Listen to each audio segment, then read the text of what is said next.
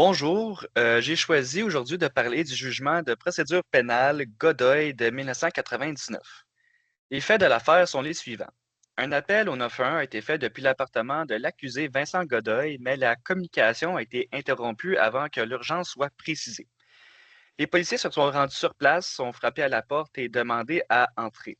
L'accusé a dit que tout était correct et a tenté de fermer la porte, mais les agents sont entrés de force. À l'intérieur, ils ont entendu des pleurs et ont trouvé la conjointe de fait de l'accusé en détresse avec des blessures visibles, affirmant avoir été frappé. L'accusé a donc été arrêté pour voie de fait contre sa conjointe. Cependant, celui-ci a résisté, blessant un policier. L'accusé a donc aussi été inculpé de voie de fait contre un policier avec l'intention de résister à son arrestation. Lors du jugement de première instance, les accusations de voie de fait contre Vincent Godoy ont été rejetées par la Cour parce que l'entrée des policiers était jugée illégale. En cour d'appel de l'Ontario, la Cour a ordonné un nouveau procès puisqu'elle n'était pas d'accord avec la conclusion du juge de première instance. Finalement, la Cour suprême a rejeté le pourvoi de Godoy puisqu'elle confirme que l'entrée des policiers était justifiée. Le jugement Godoy est important parce qu'il a consacré le principe que les policiers ont un devoir en common law de protéger la vie, ce qui peut justifier une entrée forcée dans un domicile sans mandat lorsqu'un appel au 911 laisse présumer une urgence. Ce cadre a ensuite été cité dans plusieurs décisions majeures pour délimiter les pouvoirs policiers, comme dans R contre Mann, R contre Clayton, R contre Ken Brown, ainsi que R v Netmaker. Maintenant, allons voir plus précisément ce qu'il faut retenir de ce jugement. Donc, pour commencer, le tribunal décida d'appliquer le test de Waterfield afin de déterminer si l'entrée des policiers était justifiée.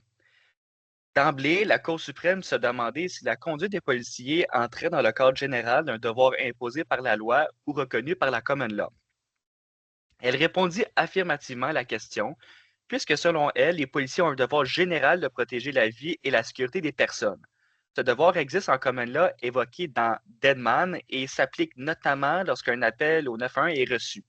En effet, même si la communication est interrompue avant que la nature de l'urgence soit précisée, il est raisonnable de déduire qu'une personne peut être en détresse. En l'occurrence, répondre à un appel 911 fait partie intégrante du mandat d'un policier et relève du cadre général de leurs obligations. En deuxième lieu, la Cour dut se demander si la conduite des policiers constituait un exercice injustifiable des pouvoirs découlant de ce devoir.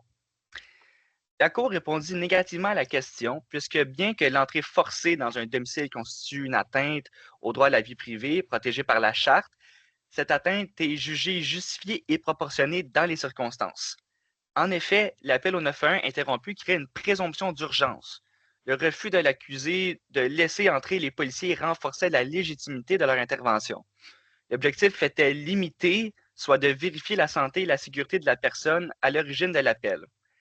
La Cour précise, en faisant écho à l'arrêt Fini, que les policiers ne peuvent pas profiter de cette entrée pour fouiller ou s'immiscer davantage dans la vie privée d'une personne.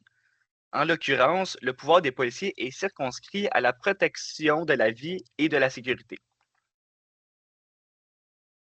Maintenant, les enseignements précédents sont d'une grande importance dans le chapitre 3 du cours, puisqu'ils permettent de bien saisir les particularités applicables lors de l'entrée d'un policier dans un lieu aux fins d'une arrestation sans mandat, et ce, pendant une situation urgente. Toutefois, lorsque j'ai lu le jugement Godoy, je me suis demandé pourquoi l'article applicable dans les notes de cours sur l'article 529.3 du Code criminel n'était pas présent dans la décision. Il était pourtant clair que la décision faisait directement référence à chaque élément de l'article.